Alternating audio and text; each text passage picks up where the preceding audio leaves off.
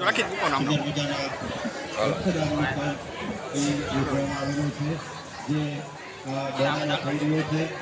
રક્તદાન કરી શકો છો। 18 થી 65 વર્ષના બધા રક્તદાન કરી શકો છો। સુંદર અવસર છે તમારું જે આ રક્તનું દાન છે એ કોઈ ગરીબ વ્યક્તિઓની સેવામાં વપરાશે, ગરીબની સેવામાં વપરાશે। જે ગરીબની લઈ જવાના મૃત્યુ પામે હનુમાન જયંતિ એનો જીવ જો બચી જતો હોય આજે આ વિવિધ કાર્યમાં મહાપ્રસાદની સેવા માટે જે સ્વયંસેવકો કાર્યકર્તાઓ સેવા આપી રહ્યા છે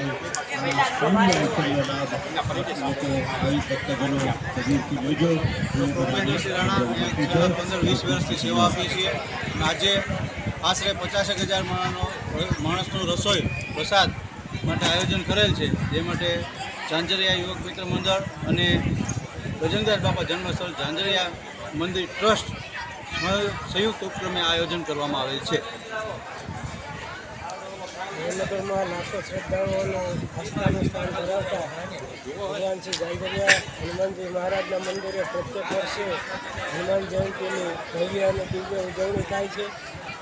અત્રે અહીંયા હનુમાન જયંતિના દિવસે હજારો લોકો પ્રસાદ ગ્રહણ કરે છે। અહીંયા શરબતની સરસ વ્યવસ્થા છે, ઠંડા પાણીની વ્યવસ્થા છે, ચાની વ્યવસ્થા છે।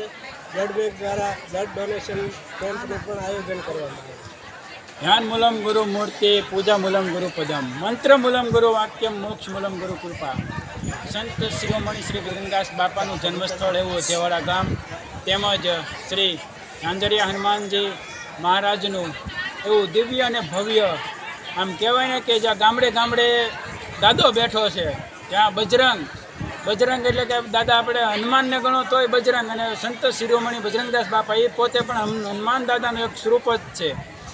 તો અહીંયા ટ્રસ્ટ દ્વારા હનુમાન જયંતિનું મહોત્સવનું આયોજન કરવામાં આવે છે, તેમજ કાળી ચૌદશનું આયોજન કરવામાં આવે છે, ગુરુ પૂનમનું આયોજન કરવામાં આવે છે।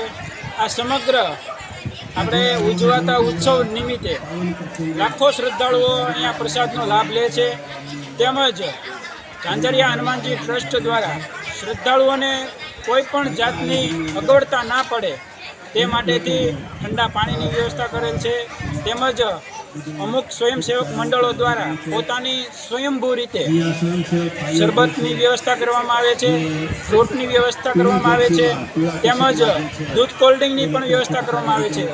આપણે ગોહિલવાડ કહેવાય ને કે ધર્મનું નામ આવે ત્યારે ગોહિલવાડ હંમેશા અગ્રેસર હોય છે। બાપા સીતારામ। હું ડૉક્ટર મહેન્દ્રસિંહ ચંદ્રસિંહ જાડેજા, મારું ગામ મનોર ખીજડીયા, તાલુકો અને જિલ્લો જામનગર। 4 વર્ષથી હનુમાન જયંતિ ઉજવવા આવું છું અને બાપા સીતારામનું જન્મસ્થળ છે, ઝાંઝરિયા હનુમાન દેવસ્થાન છે, અને આ ટ્રસ્ટી મંડળો, ગામજનો અને સૌ બધા સેવકો ખૂબ સારી રીતે કામ કરે છે અને સંતોષપૂર્વક બધા પ્રસાદ લઈને જાય છે અને ખૂબ જ ધાર્મિક રીતે ઉત્સાહ વાતાવરણ હોય છે। ટ્રસ્ટ દ્વારા ખૂબ જ સરસ સગવડતા કરેલ છે, જેથી કોઈ પણ શ્રદ્ધાળુઓને કોઈ પણ જાતની અગવડતા ન પડે અને દરેકને શાંતિથી પ્રસાદ મળી જાય અને કોઈ પણ જાતની કોઈ પણ અગવડતા ન પડે તે રીતે આપણે વ્યવસ્થા કરેલ છે, જેમાં જહેમત ટ્રસ્ટે અને સ્વયંસેવક ભાઈઓએ ખૂબ જ જહેમત કરી ઉઠાવી છે। ટ્રસ્ટ દ્વારા આજે રાત્રે આતશબાજીનો કાર્યક્રમ છે તે અંગે માહિતી આપશો?